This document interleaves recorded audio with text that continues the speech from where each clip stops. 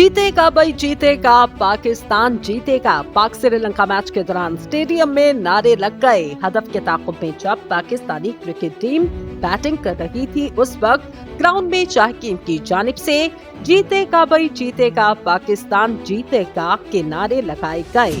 मंगल को world cup का 8वां match Rajiv Gandhi international stadium Hyderabad में खेला गया, जहां श्रीलंकन कप्तान ने कप्तान बाबर आजम को फील्डिंग की दावत दी।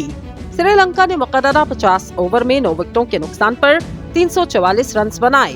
कोशाल ने 122 और समारा ने 108 रन बनाकर नुमाया रहे। पाकिस्तान ने श्रीलंका का 345 रन का हदफ 4 विकेटों के नुकसान पर 49वें ओवर में पूरा किया।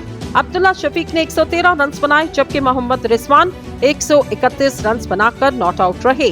हदफ के ताक़ुब में जब पाकिस्तानी क्रिकेट टीम बैटिंग कर रही, इस वक्त ग्राउंड में शाहीन की जानिब से जीतेगा भाई जीतेगा, पाकिस्तान जीतेगा के नारे लगाए गए, जिसकी वीडियो भी सोशल मीडिया पर खूब वायरल हुई।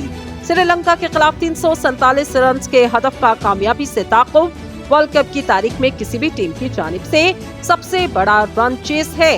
वाज़ेह रहे, भारत की जानिब से पाकिस्तानी शाहीन क्रिकेट और सहाफियों को अब तक वीजे जारी न किए जा सके।